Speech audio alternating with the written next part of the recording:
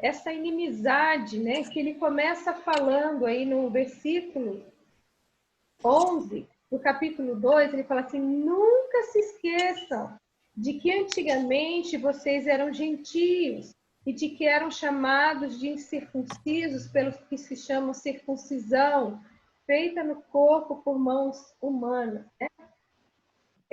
A gente vê que sempre existe muitas missões de paz no mundo, né? E a maioria dessas missões de paz, elas têm fracassado, elas são como um terreno minado, né? Basta a gente olhar aí sobre toda os países árabes, né? Naquela dificuldade ali, né? Com Israel, sempre tem. Agora a gente está vendo, né, a China, né, contra os países da Europa, enfim, realmente é muito difícil, né, a gente ver uma missão de paz com super sucesso, né? Na verdade, o único pacto de paz verdadeiro e eficaz foi o que Deus fez em Jesus, né? Deus, ele reconciliou judeus e gentios num único corpo. Então, ele reconciliou, na verdade, o mundo com ele mesmo por meio de Jesus, né? Então, eu queria só destacar aí por que Paulo, né, ele fala disso aí, né? Como a gente não tem, né? Eu pelo menos não tenho muito contato com judeus, né? Mas vale a pena a gente voltar um pouquinho lá atrás para a gente entender, né? Por que esse fato aí foi tão importante, né? Gente, os judeus, eles sentiam muito desprezo, um desprezo enorme por todo o resto do mundo, né? Todo mundo, todos os outros povos, eles chamavam de gentios, né?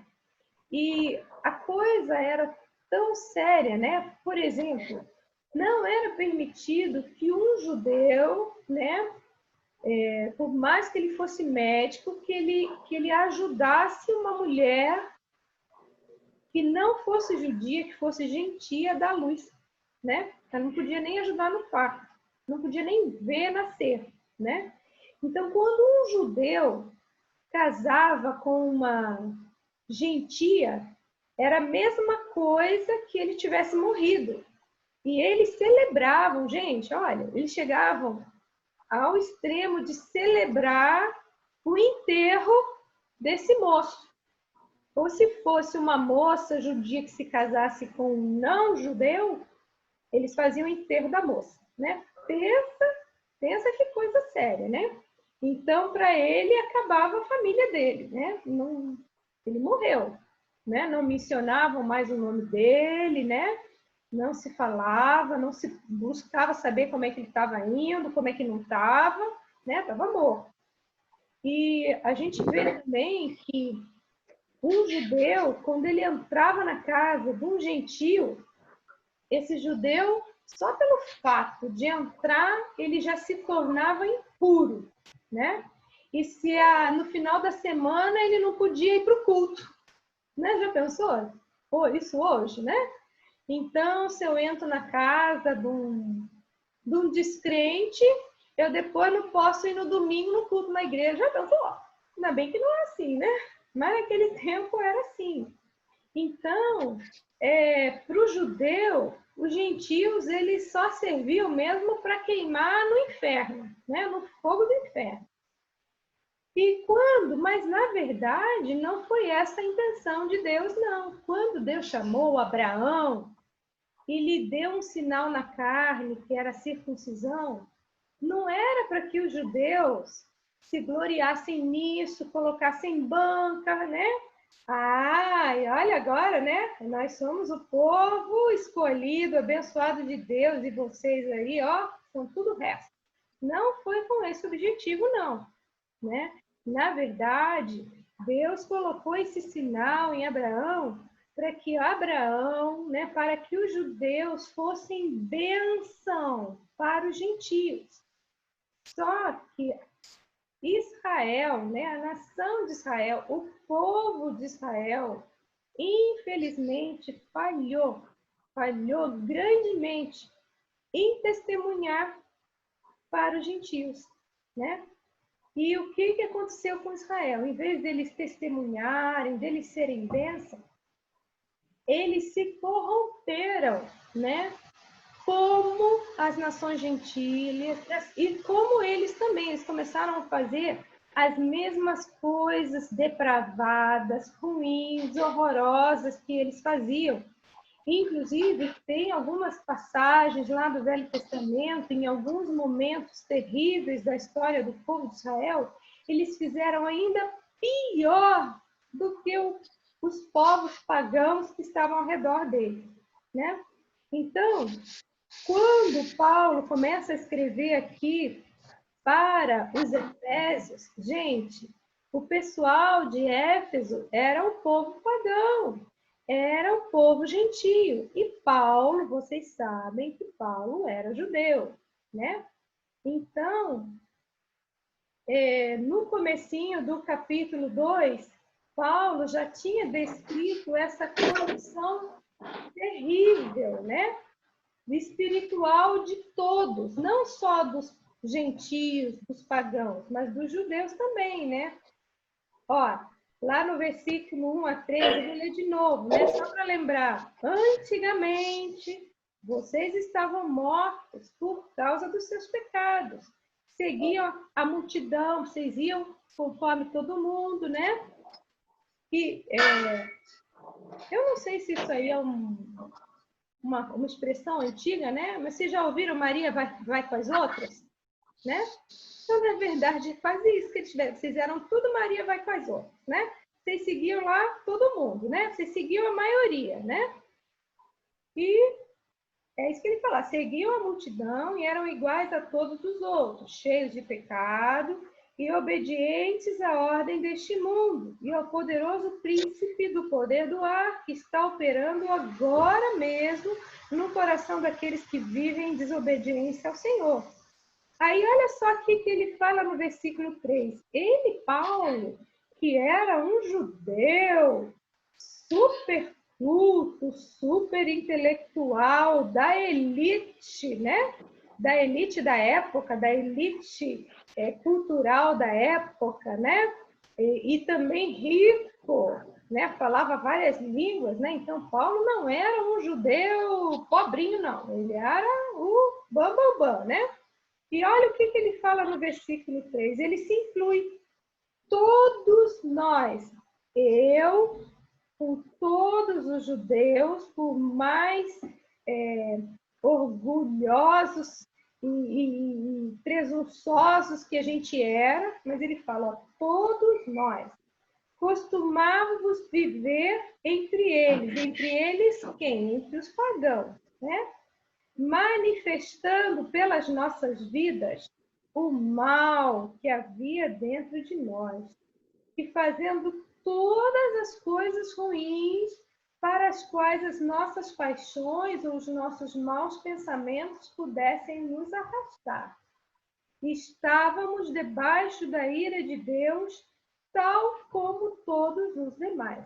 Então, o que aí Paulo está falando? Olha aí, ó, todo mundo, judeus, por mais que se achassem os bons, né? A última bolachinha do pacote, né? Como a gente costuma dizer, né? Enfim, éramos todos ruins, todos iguais. Mas, né?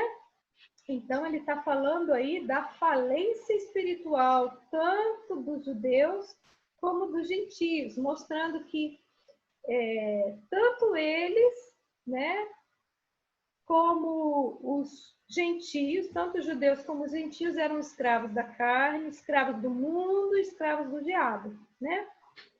Resumidamente, eles estavam sem Cristo, eles estavam separados de Cristo e sem nenhuma relação com o Messias como Salvador, né? A diferença aí, né, que a gente vê aí no versículo 11, é que os gentios, né, como eles tinham a palavra de Deus, eles tinham a promessa, eles estavam aguardando o Messias, eles aguardavam Jesus. Enquanto que os pagãos, os gentios, não aguardavam Jesus, não aguardavam o Messias, porque não sabiam nada, né? Nada sobre Jesus, né? Na verdade, a gente sabe que os efésios, eles adoravam aquela deusa Diana lá, em vez de adorar a Cristo. Então, é isso que Paulo está dizendo. Eles viviam, né, numa imensa escuridão espiritual, né? Eles estavam separados da comunidade de Israel, eles permaneciam fora daquele círculo, né, daquele círculo daquelas pessoas que adoravam o Deus verdadeiro, né? Porque quando Deus chamou Israel, deu para Israel as suas leis, as suas ordenanças, ele também derramou sobre o povo de Israel as suas bênçãos, né? Então, a única maneira de um gentio desfrutar dessas bênçãos de Deus era se ele se tornasse um prosélito, né? Ele se fizesse um judeu, ele resolvesse se circuncidar, ele deixasse para trás tudo que ele tinha, né? Então, era isso que Paulo estava dizendo. A gente, lá no passado, ele está relembrando aí para os Efésios que eles não eram nada, eles não eram ninguém, eles não tinham nada, né? A coisa estava muito feia para o lado dele. E aí ele vai no versículo 12 e ele diz assim: lembrem-se que naqueles dias vocês estavam vivendo completamente afastados de Cristo. Vocês eram inimigos da comunidade de Israel e não tinham parte nas alianças que eram baseadas nas promessas de Deus. Vocês estavam sem Deus e sem esperança no mundo. É como se ele estivesse dizendo: vocês eram ateus. Vocês eram ateus. Vocês não criam em nada, vocês não criam em ninguém, né? Porque também vocês não sabiam de nada disso, né? Ele reconhece isso.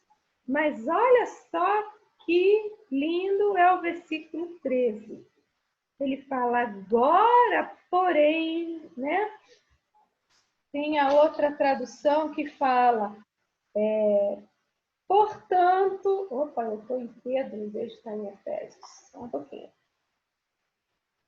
Ele fala lá no 13, mas agora, né? Agora, porém, vocês pertencem a Cristo Jesus. Ainda que antigamente estivessem muito longe de Deus, agora foram trazidos para muito perto. Como? Como que isso poderia acontecer, né? Hoje em dia, quando a gente pensa em povos em guerra, né? Às vezes, o pior quando a gente vê guerra civil, né? Quando povos, etnias diferentes dentro do mesmo país começam a brigar, né? A gente sabe como isso é terrível. E é mais ou menos isso que Paulo está dizendo, né? Os judeus e os gentios estavam nessa briga terrível, nessa situação horrível. E como que essa paz foi feita? Ele fala assim, olha, vocês, né, agora foram trazidos para muito perto dele por causa daquilo que Cristo fez por vocês com o seu sangue. Então, olha o custo, olha o preço dessa paz. O preço dessa paz foi o derramamento do sangue de Jesus Cristo na cruz. Então, uma paz que custou muito caro, muito caro. Aí ele repete lá no versículo 14, porque o próprio Cristo é a nossa paz. Ele fez a paz entre nós, os judeus, E vocês, os gentios, fazendo de todos nós uma só família, derrubando a muralha de desprezo, né? Como eu mostrei para vocês, os judeus desprezavam muito, né? Não consideravam um gentio nada, né? Era menos que lixo, né? E ele está dizendo aqui que Jesus derrubou a muralha de desprezo que nos separava. Ele acabou em seu corpo com a lei, né? Ele acabou em seu corpo com a lei, juntamente com os seus mandamentos na forma de ordenança. Ele tomou os dois grupos que se opunham e os fez parte dele mesmo e formou um só povo e finalmente houve paz. Gente, se vocês olharem lá para o capítulo 3, Paulo foi o primeiro apóstolo a realmente pregar isso aí, né? E olha o que ele diz, né? No capítulo 3, versículo 1. Eu, Paulo, servo de Cristo, estou aqui na prisão por amor a vocês, por pregar que vocês, os gentios, fazem parte da casa de Deus. Então, viram? Paulo começou a pregar sobre isso. E o que os judeus fizeram com ele? Prenderam. Na verdade, né? Se vocês lerem, né? Paulo, ele foi avisado lá por um parente que havia uma conspiração para matá-lo quando ele fosse levado prisioneiro, né? Para Roma. E aí, com isso, eles fizeram arrumaram um outro esquema, né? De levar Paulo à noite com um pelotão de soldados romanos, né? Para que ele não fosse morto de emboscada, adivinha por quem? Pelos patrícios dele, né? Pelos próprios judeus. Ele, sendo judeu, ele tinha gente armando emboscada para que ele fosse morto, né? E, na verdade, né, toda essa prisão dele em Roma, tudo isso foi porque ele começou a dizer que os gentios, né, que eram um povo que não valia nada aos olhos de um judeu, eles tinham acesso às mesmas promessas, às mesmas bênçãos que Deus prometeu desde lá do Velho Testamento, né, do Antigo Testamento, todas aquelas promessas que ele fazia, né? Por isso que a gente diz, né, que toda a palavra de Deus é para nós, né? Até esse momento em que Cristo morreu na cruz e derramou o seu sangue para fazer paz, não existia paz. Então, todas as promessas que Deus fazia a Abraão, olha, em ti vão ser benditas todas as famílias da terra, isso aí era só para os judeus. Mas agora, né, quando a gente lê, né, essa promessa que Deus fez lá tantos milhares de anos atrás, lá para Abraão, olha, em ti todas as famílias da terra vão ser benditas, isso é para nós. Nós e nossas famílias somos abençoadas, porque Cristo fez a paz, porque ele acabou no próprio corpo dele, ele pagou esse preço, né? E Paulo, como ele falou lá, se vocês lerem comigo no versículo, capítulo 3, vocês vão entender, olha só. Ele fala assim, no versículo 2, não há dúvida que vocês já sabem que Deus, pela sua graça, me entregou esse trabalho especial de mostrar o favor divino a vocês, os gentios. Olha só. Então, ali no versículo 3, ele fala assim, como antes mencionei em poucas palavras, o próprio Deus me mostrou esse mistério por revelação. Então, o que Paulo está dizendo? Que foi o próprio Deus que revelou para Paulo, bem em particular, esse mistério. E por causa disso, ele estava pagando um preço alto. Ele foi preso, né? E a gente sabe que depois mataram Paulo, né? Paulo foi realmente tratado muito mal. Ele pagou um preço muito alto só pelo fato de divulgar essa mensagem, né? Essa verdade, né? Que nós, sendo gentias, sendo pagãos, nós fomos reconciliados com o corpo de Cristo. E olha o versículo 4 do capítulo 3, ele fala assim: ao lerem o que escrevi, vocês poderão entender como eu estou a par do mistério de Cristo. Nos tempos antigos, Deus não fez o seu povo participante desse mistério. Então, ele está falando que lá antigamente, Deus não contou para ninguém, né? Para ninguém que ele ia fazer isso, né? Agora, porém, ele o revelou através do Espírito Santo aos seus santos apóstolos e profetas. Então, ele está falando que isso era um mistério oculto, né? Oculto para aquelas pessoas daquele tempo. Mas agora, né? Olha o versículo 6, ele repete de novo, agora ele vai explicar esse mistério. E este é o mistério. 2 pontos. Ele vai explicar. Que os gentios terão total participação com os judeus em todas as riquezas herdadas pelos filhos de Deus. Olha que lindo.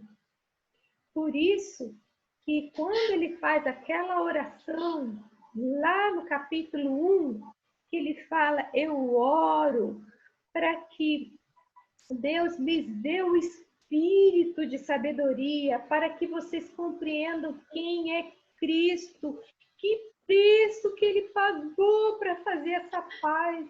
Era uma paz de muitos milhares de anos. Gente, imagine como que nós íamos estar hoje. Nós íamos ser lixo, lixo, se Jesus não tivesse colocado no corpo dele, não tivesse derramado o sangue dele na cruz para fazer essa paz. Então, hoje a gente tem uma paz com Deus, mas a gente não pode nunca esquecer que essa paz custou muito caro, muito caro. E é isso que Paulo fala. Eu oro para que vocês comecem a compreender como é incrivelmente grande o amor que Deus tem por nós, né? E esse é o mistério que daí ele fala de novo lá no capítulo 3, versículo 6. Ele fala assim, que os gentios, nós aqui, nós, porque nenhuma de nós aqui nessa reunião que estamos ouvindo isso aqui, somos judias, então nós não teríamos direito a nada. Então ele falando, ó, que os gentios terão total participação com os judeus em todas as riquezas herdadas pelos filhos de Deus. Ambos são convidados a pertencer à sua igreja e a participar de todas as promessas divinas de bênçãos poderosas por meio de Cristo Jesus. E olha o versículo 7. Deus me concedeu o privilégio maravilhoso de contar a todo mundo o dom da sua graça e me deu o seu poder e uma capacidade especial para fazê-lo.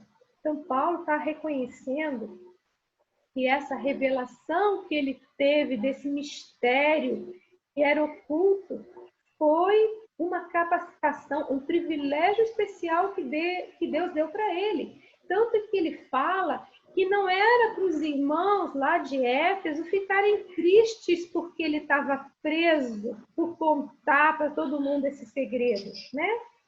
Ele falou, não é para vocês ficarem preocupados com isso, não. Olha o versículo 8. Embora eu nada tivesse feito para merecer, né, esse privilégio, né, de Deus ter revelado para ele esse segredo, embora eu não tivesse feito nada, e ainda que eu seja o menor de todos os que pertencem a Deus, olha, Paulo, que humildade, né? Ele se considerou menorzinho, né? O mais humildezinho. E ainda assim, foi-me dada a graça de anunciar aos gentios a alegre nova dos tesouros infindáveis, acessíveis a ele em Cristo, e a explicar a todos o mistério que Deus é Salvador dos gentios também, Salvador nosso também. O mesmo Deus que fez todas as coisas e que tinha mantido tudo isso em segredo desde o princípio, né? Olha que lindo. Ai, gente, eu vou continuar lendo um pouquinho mais, porque vai fechar o negócio para vocês entenderem bem que maravilha é isso aqui, ó. O versículo 10. E ele pergunta, e para quê? Para mostrar, olha o objetivo, para mostrar a todas as autoridades e poderes nas regiões celestiais, por meio da igreja, como Deus é perfeitamente sábio. Então, qual o objetivo de Deus ter feito tudo isso, de ter usado Paulo para revelar esse segredo, esse mistério, de que agora nós também herdamos, junto com os judeus, essas mesmas promessas, agora fazemos parte de uma única igreja, né? Para quê? Para todas as potestades, todos os anjos do céu, anjos bons, anjos maus, todos que estão numa esfera espiritual que a gente não vê, né? Então, para que Deus fez isso? Para mostrar a todas as autoridades e poderes das regiões celestiais por meio da igreja. Como Deus é perfeitamente sábio, né? Tal como ele sempre tinha planejado fazer por meio de Jesus Cristo, nosso Senhor, né? Por meio de quem temos livre acesso à presença de Deus com toda confiança por meio da nossa fé nele. Gente, antigamente, lá, vocês sabem que a sinagoga dos judeus, ela tinha uma série de separações. E um judeu comum, ele não tinha acesso a Deus, não. Ele não tinha acesso.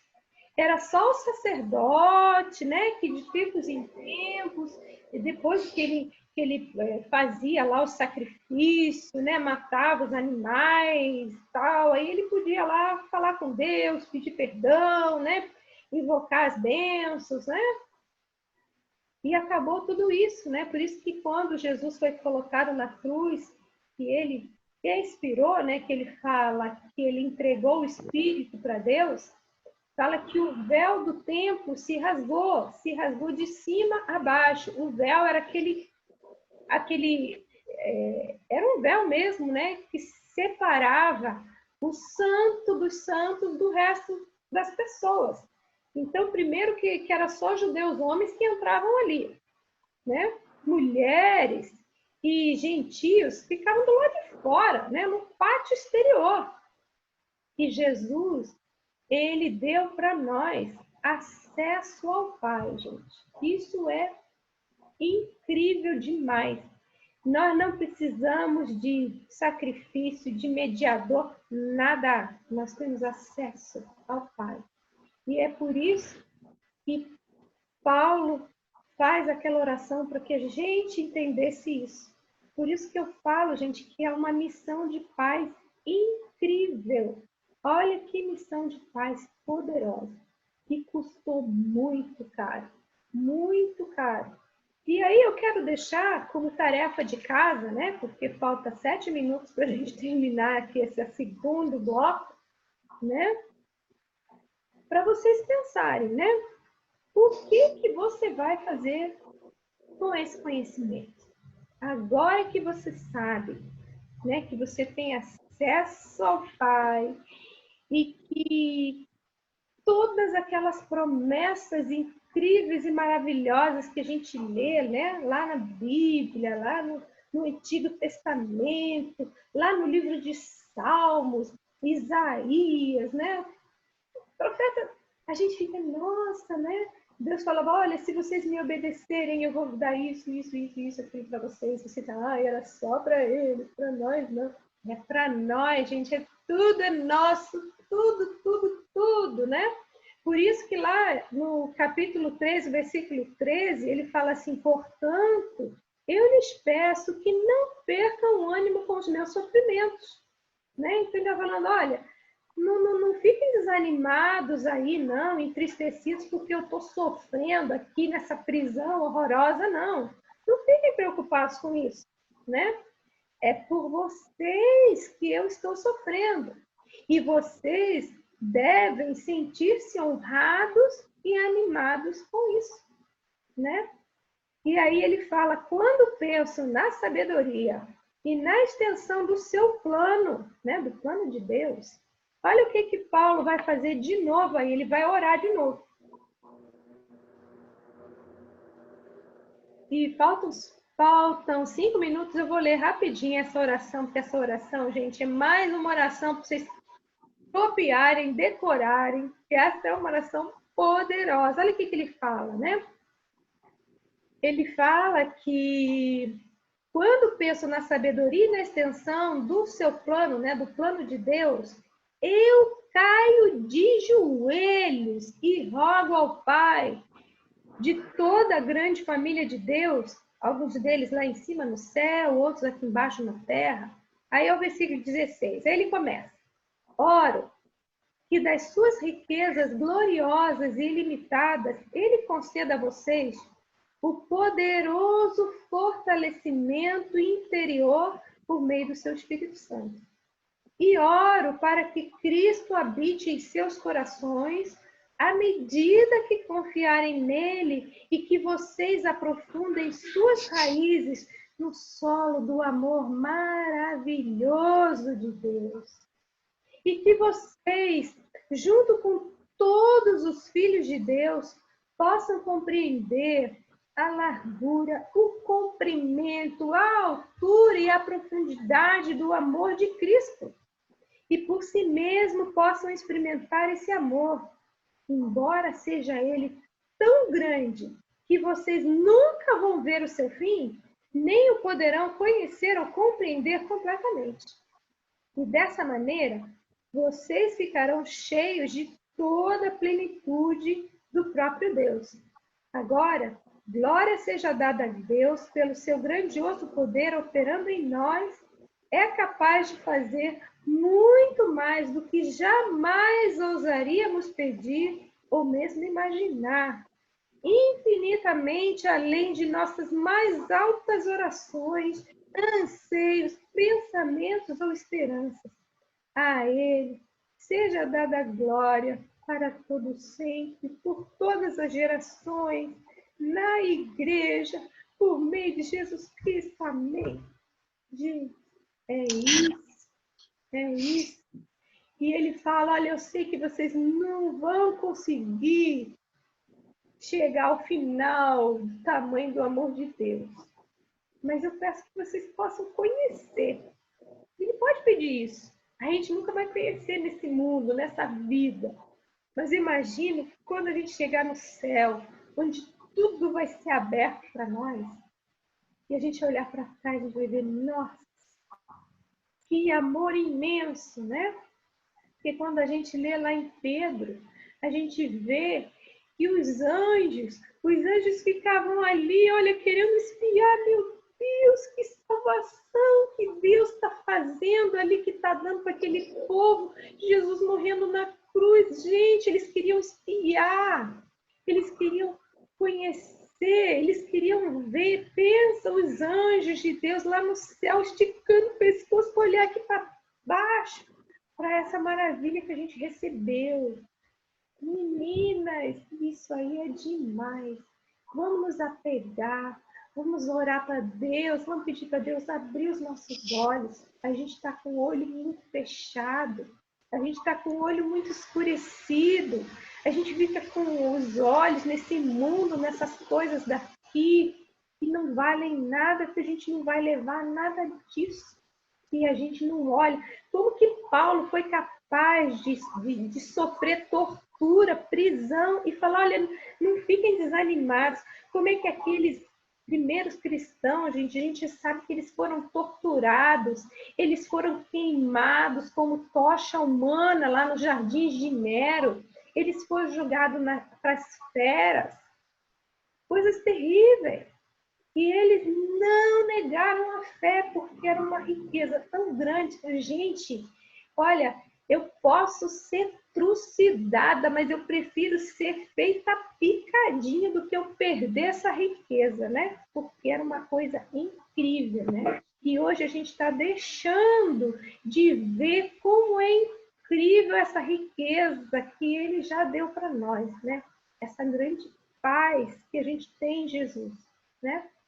Meninas, falta 1 minuto. Vocês querem voltar para mais um terceiro bloco para poder conversarem, para a gente fazer algum pedido de oração? Porque só eu falei, né? Vocês querem voltar mais um pouquinho?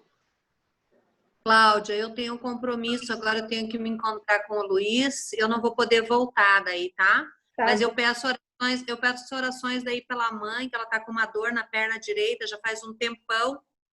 Então, para pedir para que ela melhore dessa dor, né? Amém. Tá bom? Obrigada. E obrigada aí pela reunião e por ela estar aí no meio da gente também. Deus seja louvado. Obrigada, bem-vinda. Não sei, Neia, Rosana, Analice, Maria Luísa, Ede.